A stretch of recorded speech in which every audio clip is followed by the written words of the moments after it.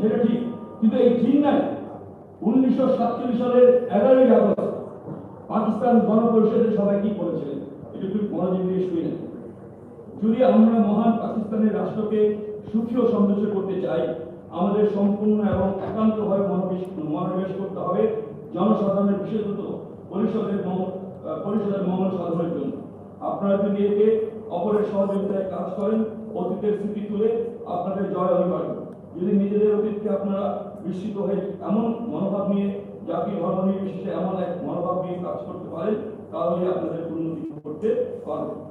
এর উপর অতিরিক্ত গুরুত্ব আরোপ করে আমি আর বললাম না, সকলের স্মরণ রাখতে হবে একটি শিক্ষা, আপনারা স্বাধীন, আপনাদের স্বাধীনতা রয়েছে আপনাদের মসজিদে মন্দিরে যাওয়া, এখানে শুনে মসজিদে মন্দিরে যাওয়া, অথবা আপনাদের সম্মুখে কোনো বাধা নেই এই পাকিস্তান রাষ্ট্রে অন্য কোনো ভজনালয়ে যাওয়া।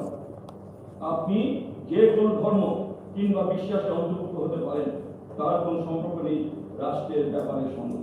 মানে রাষ্ট্রের সঙ্গে ধর্মের যে কোনো সম্পর্ক নাই। রাষ্ট্র যে সেকুলার, ইংলিশে এটা সেকুলার শব্দ